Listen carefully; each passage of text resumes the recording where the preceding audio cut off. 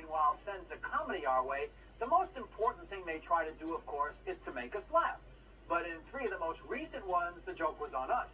And Nancy Glass pinpoints the problem in these comedies. Too many characters. Thanks, Jeffrey and Michael. The corporate office. It's the perfect setting for a parody. That's the idea behind Head Office. But in this era of networking and the search for excellence, this is more like a scavenger hunt for mediocrity. Head Office is a confusing story about the inner workings of a multinational firm called INC. It's loaded with yuppies all thriving in the land of the free and the home of the brave. But since yuppies are a parody to begin with, the humor should be subtle. Here, it's the sledgehammer variety.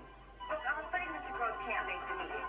The movie is crammed with stereotypes. Aggressive young guys, aggressive short guys, women aggressive with guys, and guys who lose their footing on the corporate ladder. The problem is that there are so many characters, it's hard to sort them out and figure out what's so funny. That is not about white power, nor is it about black power. It is about green power. Or is it about your hair? I couldn't tell. They never tell you what INC stands for, but I suspect the answer is it's not comedy. Now, anytime movie makers get their inspiration from a cardboard box, you're in trouble. And a board game was the basis for Clue. Here, characters aren't developed, they're just introduced. I have absolutely no idea what we're doing here, or what I'm doing here, or what this space is about. No kidding. When actors behave like pieces on a board game, you get a pretty flat movie. Besides talking, the only other activity seems to be running from room to room. When it's time to solve the mystery, you don't care who done it. I saw endings A, B, and C. They all deserved an F. This movie could be renamed after another board game. Sorry. Transylvania 6, 5000 takes off on horror films. What you expect in a horror parody is something stylish, a clever twist on a familiar theme.